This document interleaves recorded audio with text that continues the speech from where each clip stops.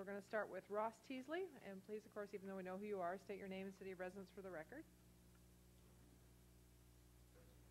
Hello, my name is Bob Fairbanks, Ross Teasley, and I'm a proud Dana Pointer.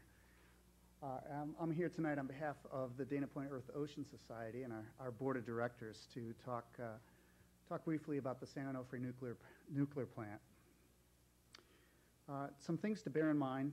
The plant was originally designed and licensed to be decommissioned in the year 2013, next year.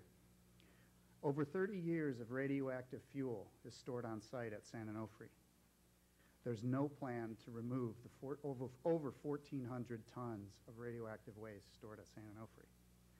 The plant sits in a ring of some of the most active earthquake faults on the globe. It was designed to withstand a 6.0 earthquake and was later retrofitted for about a 7.0. Geologists currently expect an 8.0 or higher in nearby faults. And as we'll all remember, there's a new fault we just felt recently that's not far from the plant at all, previously unknown fault. The plant sits also in a tsunami zone.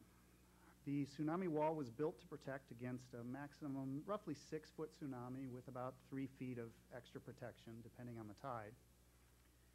The the geological record in the area shows tsunamis of up to 195 feet within the last 900 years, which is a blink of the eye in geological time.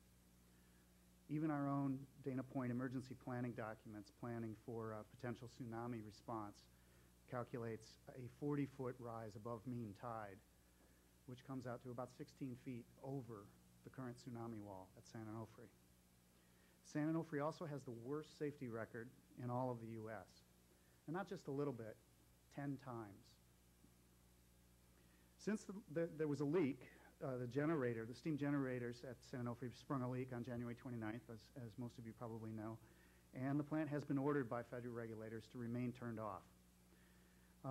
Since the leak, plant operators have not publicly shared any info about the cause of the leak, nor any firm plans to address the problems in any major public advisory sessions. There's a couple more things I wanted to say, but the time is racing by, so we would like to appeal to you, our elected officials, to protect our public safety and the property values from the clear threat posed by San Onofre nuclear plant. The plant has reached its built-in expiration date. It's the worst-run plant in the country. It has a huge store of the most toxic substance known to humankind. It sits on active earthquake fault lines in a tsunami zone within 50 miles of over 8 million people. It suffers from a dysfunctional management culture and is poorly regulated by the NRC. We don't need its energy. Can I have another 5 seconds, please? Therefore, we'd like to ask the City Council to agendize an item and have a public discussion of the threats and consider all and any steps available to you as our representatives to take action and protect our safety, health, and property. Thank you. Thank you. Gary Hedrick. And again, please state your name and city of residence for the record. Good evening. My name's Gary Hedrick. I represent San Clemente Green, one of your neighbors to the south that admires Dana Point quite a bit for your environmentalism and people I didn't even know, like Pat and Bob. I admire that story so much. I'm really glad I happen to be here tonight to hear that. But I'm here tonight just to back up what Ross suggested and tell you a little bit about how San Clemente Green became aware of the problems with San Onofre. San Clemente Green was started as an environmental group just to create a sustainability action plan, but as a result of being rather public in that regard, we started getting messages from people that work at the power plant that were afraid to report safety violations.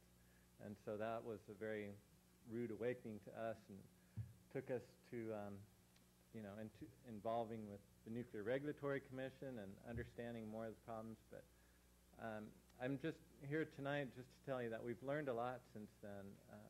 This was at the end of 2009 when whistleblowers were warning us about the steam generators that are having problems right now. So in that period, we've acquired a lot of research and knowledge, and we just would like to encourage you to allow us to share some of that with you you could agendize this item for the meeting, and we just want to raise awareness and hope you can make your own decisions on that. Thank you. Okay, thank you. Say, Doug, when we attended a meeting last week at San Onofre, they had a briefing for just some of the local mayors and city managers and emergency personnel. At this time, there's no plans. They said very clearly there's no firm date to even test or turn on the reactor in any way, shape, or form. They're refusing to put in a date. Is there anything else you want to add about that? Or maybe we, if we want to talk about agendizing something, we obviously can't do it now because it's not on the agenda. We can talk about that and maybe. I think at the appropriate time. I know, as was pointed out, they've called on some of the best minds in the world to come and address this issue that they've got, because it does appear to be an anomaly based upon what they've experienced in the past, or at least that's the way it was relayed to us. So again, we're following it very closely. Our disaster preparedness director, Mike Rose, is a past chair of the Interagency Planning Commission for our nuclear response, and we have one of the EOC. Our EOC is essentially it's the envy of the FEMA people who come and participate in our graded exercise. So I know Mike is very close. I stay very close. And so I think at the appropriate time, once they get to some information, I'm sure there'll be public outreach, and at that time we can possibly discuss putting something on an agenda. Okay, thank you. All right, that concludes public comments. We'll move on now to unfinished business. Item number 9.